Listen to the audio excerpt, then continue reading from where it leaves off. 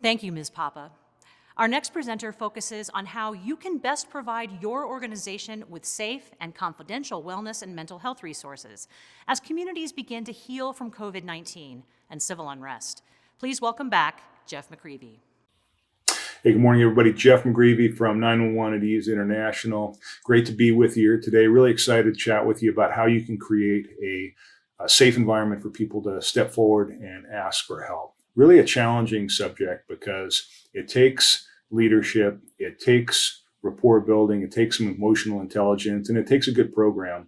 And we're going to jump into how we can do a better job of getting people to trust our programs and what you can do and what recommendations you can make to any of the agencies that you're working for. There is a chat, and I encourage you to put questions in the chat. All the questions will be answered by me. So put your questions in there. I'm going to answer them. If you want to do some follow-up, you can put your email address in there or something if you have a specific question. So I got my experience in this when I was working for the police department in Southern California. I was in law enforcement for 29 years.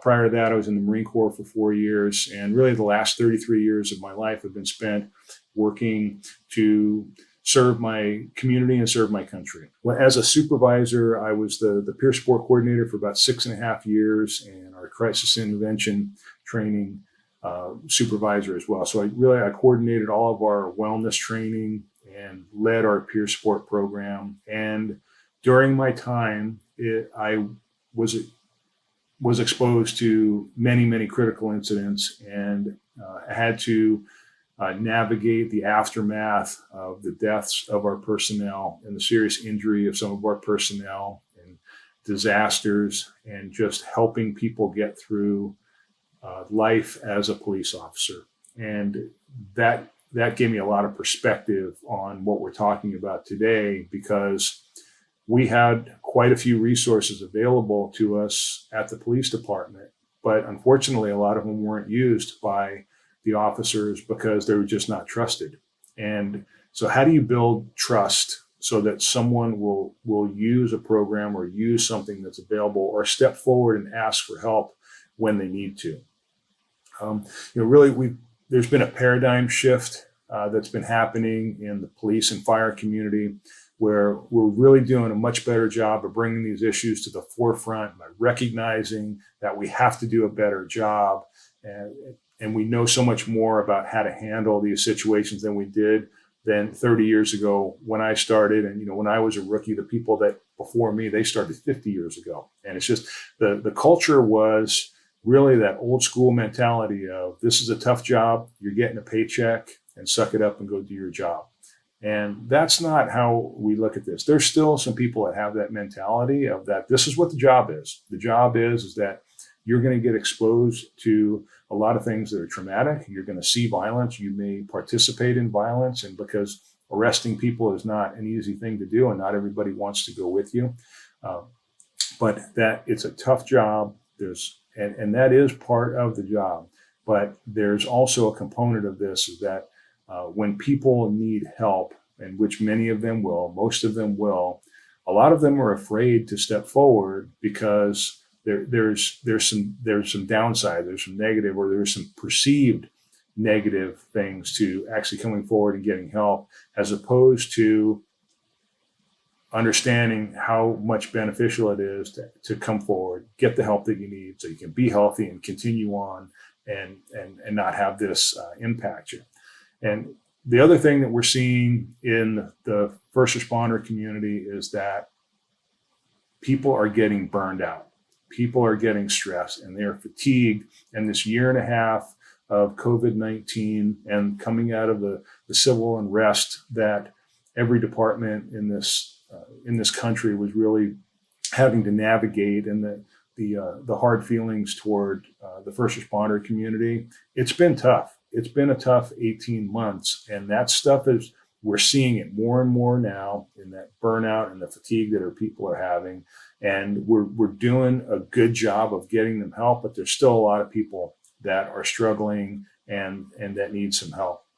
So an interesting little factoid for you about cops and firefighters and versus the general public.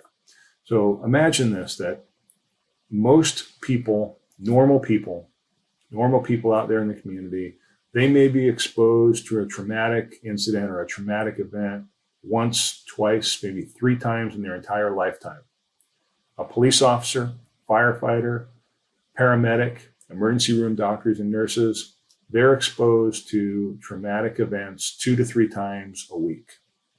Imagine that. Like, think about that if you can. 2 to 3 times a week, your first responders in your community are being exposed to trauma. That's what the job is. So if you kind of put that into a career, what that can look like, I was talking to a law enforcement psychologist last week, and he said police officers are exposed to over 700 traumatic incidents over the course of their career. 700. Can you even imagine what that looks like? I can. It's happening across this country. It's happening across the country every day in cities that are large and small. The men and women that step forward and go to work and put on their uniforms and go out there and put themselves in harm's way for you, for me, and for us. And they bear the burden for that trauma that they take on. And we need to have a safe environment where they can come forward and address those things that they need to take care of. So I want to share with you a couple of examples of real incidents that happened and where asking for help was absolutely not an option, and what it looked like for people who had the ability to ask for help and had a successful outcome. So about 10 years ago, there was an accident with a school bus that happened in the city that I worked in. And a 2nd grade little girl was hit by the school bus that was there to pick her up, and she died. So after everything was done with the investigation, what we did is we brought everybody together. We put them in a conference room together to have a confidential conversation and give everybody an opportunity to kind of unpack what happened. That's sometimes it's a diffusing, sometimes it's a debriefing to give people the opportunity to just talk about what happened so that they get it off their chest and that they can go home and come back to work the next day, and hopefully it'll be a little bit easier than it was today when they dealt with that incident. So people went around the room and they talked about what their involvement was in the investigation, and there was a couple of people in the room that got really emotional and they were crying, and they had children that were the same age as that little girl who died in the accident. And that's a completely normal reaction, right? That's what you would expect somebody to do that had seen something really terrible. And quite frankly, we're just around something that was just terrible that happened in the community. It's so sad when a child dies in a terrible accident. Well, after that meeting, I got wind of a supervisor who was also in that meeting. And what his response was like, man, we need to hire some different people. I mean, obviously they can't handle this job. Now think about that mindset of this old school person who doesn't think it's acceptable to show any emotion after the type of thing that I just described to you, right? So do you think anybody would step forward and go to that supervisor and say, hey, I'm having a problem with something. I'm struggling with something and I need some help. Would you help me? Would you go to that person who thinks that you shouldn't even have this job if you can't handle an investigation like that? No. The other next incident, the example is a New Mexico police officer who was shot in the face with a shotgun. He was trying to arrest a bad guy, and the guy got a shot off, and he took some rounds in the face. He ended up shooting and killing that suspect. So he heals from that. Miraculously, his eyes are okay. He was able to return back. He comes back to work, and his wife is diagnosed with cancer. His wife loses her battle with cancer, and she dies very quickly. She had a very aggressive cancer. So he gets shot in the face, comes back from work. His wife gets cancer. She dies. He comes back to work. He gets broadsided in his police car by a 18-wheeler big rig, smashes him. He recovers from that and comes back to work. And then a guy tries to kill him by trying to run him over in a vehicle, and he gets hit by the car and up and over the windshield and everything. And he heals up and he comes back from that. And you would think that a series of incidents like that would probably cause a little bit of stress, a little bit of residual trauma that could be there. And when he came forward and asked for help to his department, he was told that, well, you can get 6 visits at the EAP. That's what our program is. Could you imagine trying to even describe going through the things that he went through in 6 visits, let alone to actually get some actual treatment? But luckily for him, our program stepped in and helped him with everything that he needed to be strong. When he came forward and asked for help, the other thing that happened is that they pulled him off patrol and they put him in the station, and he wasn't allowed to go into the field. Now, he didn't say that he couldn't do his job. He just needed some help because he'd been exposed to trauma. But what was the penalty for asking for help? The penalty was, oh, well, you're going to have to stay in the station now. Imagine how that feels if someone was having a problem, needed help, and, well, if I come forward and tell you that I might have post-traumatic stress, or that I'm messed up from getting shot at, and then I got hit by a car, and then I got hit by another car, and I'm struggling with that they might lose their job. Who's going to come forward and ask for help when you have a situation like that happen that I just described? Next incident is in California, and these are all real examples that I'm giving you. The next incident was in California, and you have a sheriff's deputy who is on his first day of patrol. He graduated from the police academy. It's his first day on patrol, and him and his training officer, some other officers, they go to a man with a gun, person that was armed with a firearm, and this person is trying to get them to kill him. He's, kill me. He's trying to force a shooting. And in front of these police officers, he puts a gun to his head and he pulls the trigger and he shoots himself in the head and commits suicide. So after this incident's over and they finish their investigation, a supervisor, a sergeant, gets these 5 or 6 officers together, and he looks at them. He says, "Okay, everybody good? Are you guys good?" And everybody's like, "Yeah, I'm good. I'm good. I'm good." It's like, "Okay, good. Go. Let's get back to work." Well, the person that was on his first day on the job was not good, and everybody else said, "We're good." And so he went along with what everybody else said. And do you think that person felt safe? You think that person felt safe to come forward and raise his hand and say, "No, I'm not okay"?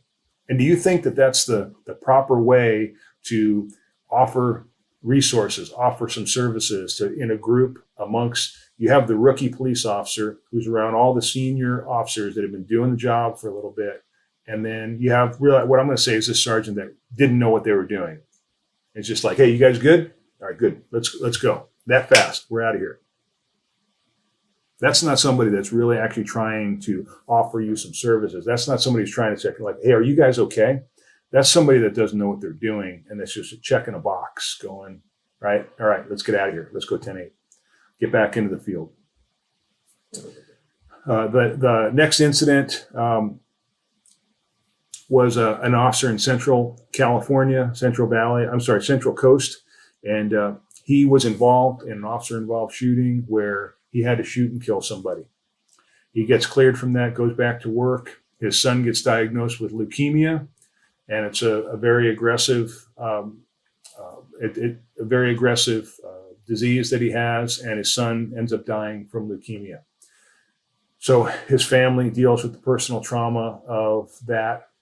He comes back to work and he drives up on a murder in progress. He happens across someone's trying to murder someone, and he gets into a gunfight with this person, and he ends up shooting and killing this bad guy that was trying to murder somebody. Now you've got these 3 incidents that happened pretty quickly. He had a shooting that he was involved in. Then on the personal side, his son got sick, got cancer, died pretty quickly. And then he has this other incident that happens, and he goes and says, "Look, I need a little help. This is a lot for me, and go steps forward and ask for some help. And he goes to a department clinician or psychologist, and they say, maybe this job isn't for you. Maybe you should do something else. And that gets reported back to the police department. And you've got this officer that just is going, hey, I just came to work today. I didn't ask for all these bad things to happen. I just came to work. And this is what I got when I came to work. And luckily, the chief of police was really in tune with what needed to be happen, as opposed to putting the person on administrative leave and suspending and pulling his police powers. What he recognized is that one of his officers needed some help, and that he had been exposed to some significant traumatic incidents, and that we need to do whatever we need to do to help him so that he can continue to serve with us. He's a well-liked officer. We want him to be successful. What can we do? And he referred him to a good program where he was able to talk through the traumas that he was experiencing. And the great thing about the ending of that story is that police officer has been promoted twice since that happened. It's an officer that someone was saying, well, maybe this isn't for you. Maybe this job isn't for you. And then someone who recognizes that's actually not the case. So what's the difference in those two?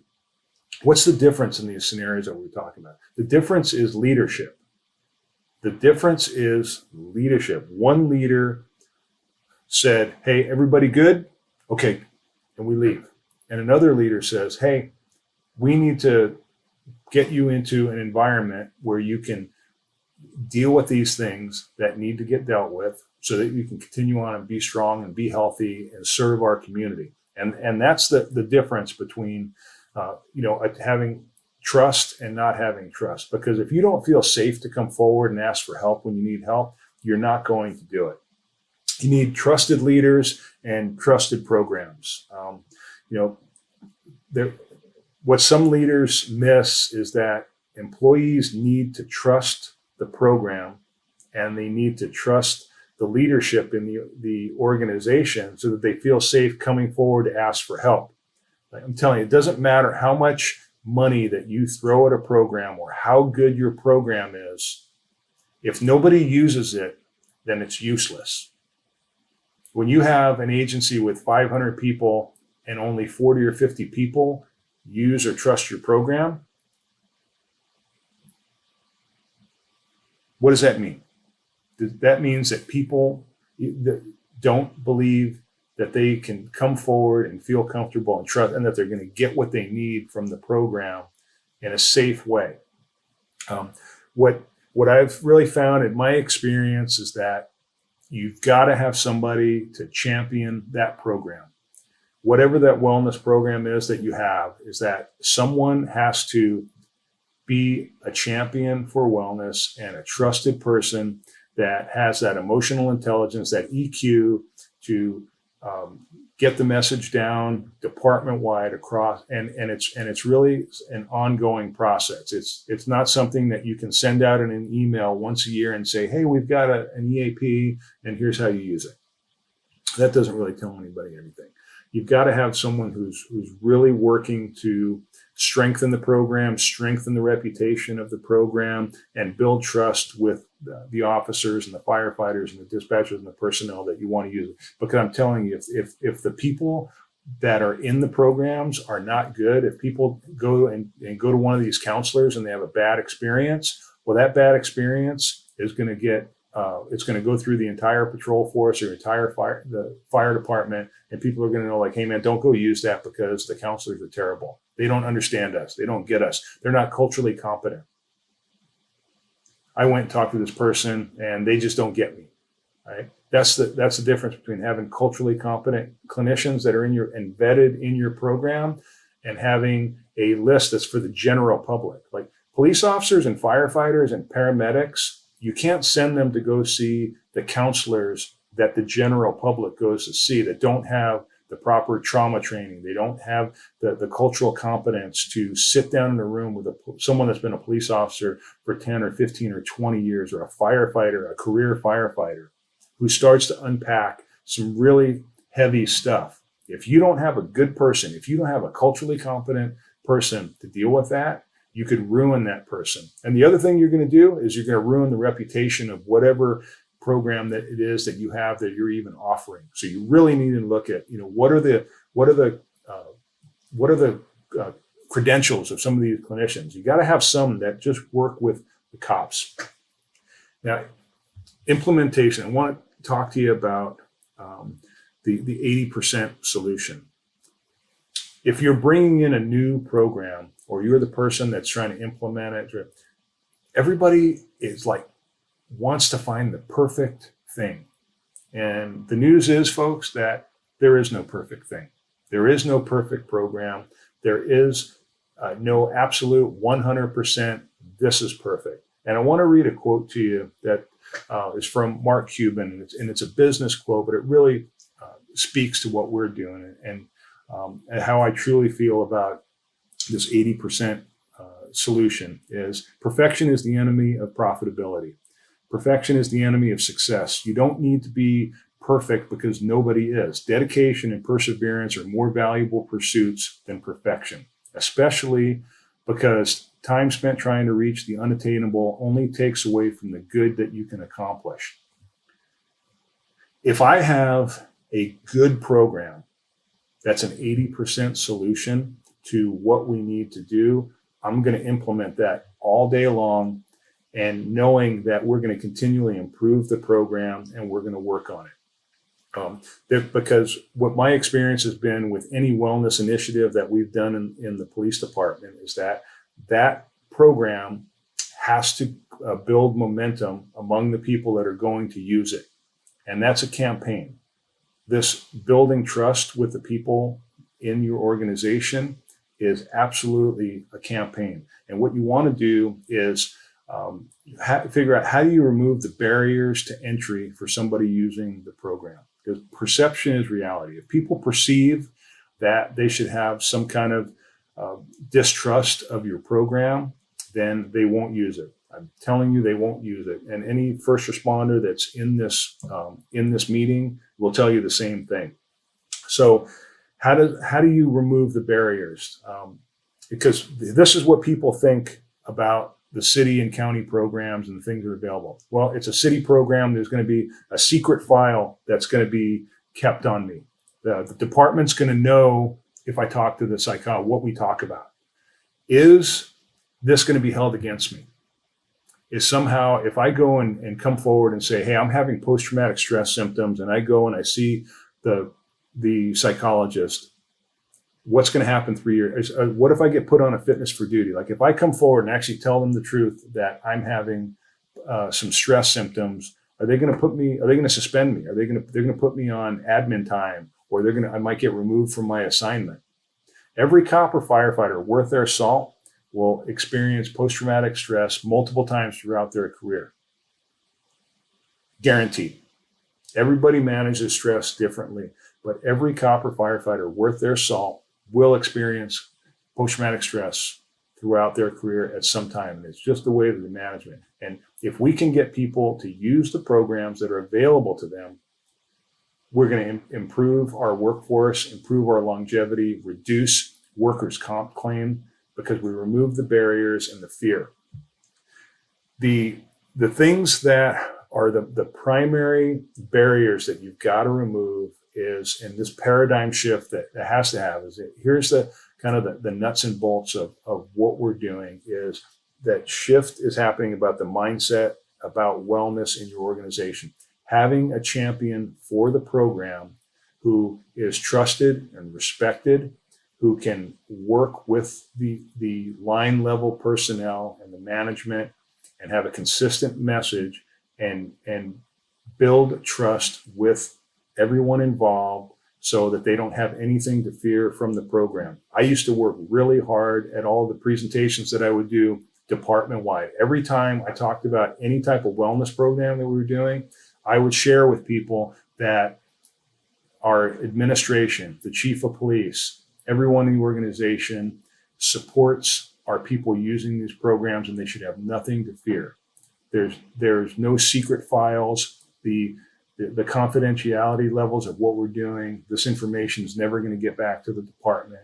And you need to take steps and come forward, get that help that you need so that you can stay strong and continue on and be really productive. Trust is small little victories. You don't build trust overnight. And building trust is a campaign. And what I mean by a campaign is like, it's not a sprint, it's a marathon. And that's what I mean by a campaign. Building trust is a campaign, and you don't get it done in just one sitting.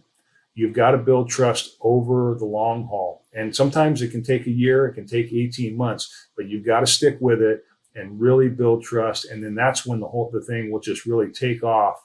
And that's what we do with the At Ease program, is that we build trust with police departments and fire departments. And that's why I use our program many times instead of the city and county offered programs, because quite frankly, there's a lot of police officers and firefighters that just don't trust the internal resources.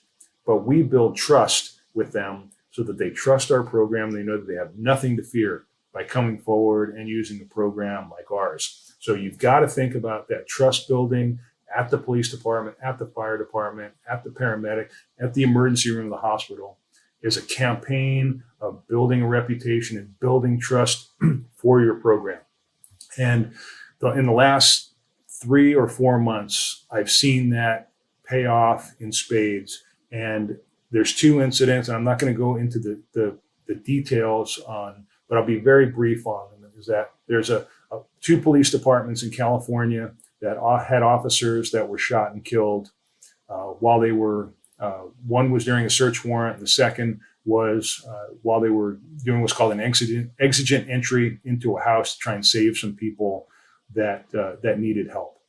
And both of these agencies, the At Ease program had built a relationship with and had built trust with. And in the aftermath of the deaths of these officers, personnel from those departments have called our program and said, hey, I need some help. And it's police officers, firefighters, dispatchers, spouses, and family members. That's the other group that you really need to figure out, like, how can we reach the family members of these first responders to let them know about the resources that are available. But that population of people, they called our program in the aftermath of those deaths because they need help, their husbands need help, their wives need help, and they're calling us because they trust us. So figure out where you're going to start with your campaign to build a trusted program that's going to be successful. And that success is going to be measured by the people in your organization believing in it, trusting it, and knowing that it's good for them. Thank you for your time. I really appreciate all of the comments in the chat that are here. And I hope that what I talked to you about today is going to be helpful for you in building a good, strong, trusted program. Thank you.